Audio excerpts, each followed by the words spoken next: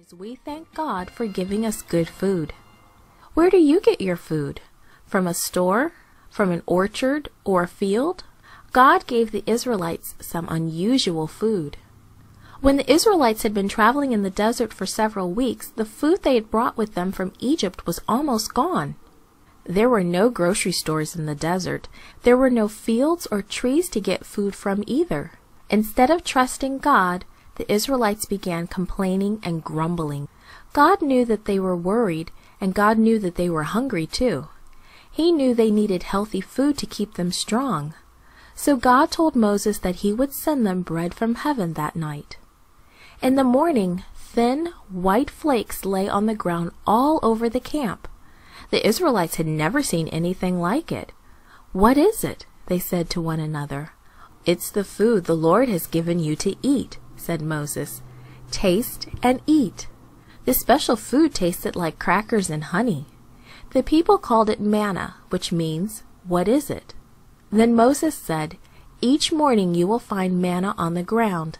Get up early and gather enough for the day, but do not keep any overnight." But some people didn't listen to Moses. They tried to save some manna for the next day.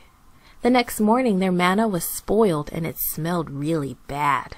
Some people were lazy and did not gather enough for the whole day.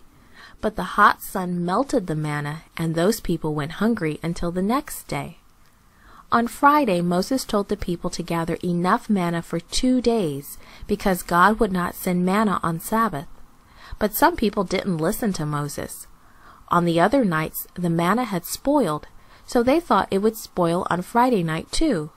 But it didn't, and on Sabbath no new manna appeared on the ground. By the end of the first week, everyone knew that they had to follow God's directions. As long as they gathered enough manna for the whole day every morning, they had enough to eat. And on every Friday, they had to gather enough for 2 days. When the Israelites followed God's directions, they had fresh food every day.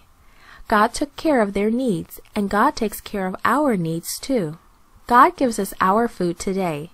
He may not send manna from heaven, but however you get food, it is because God provides for your needs.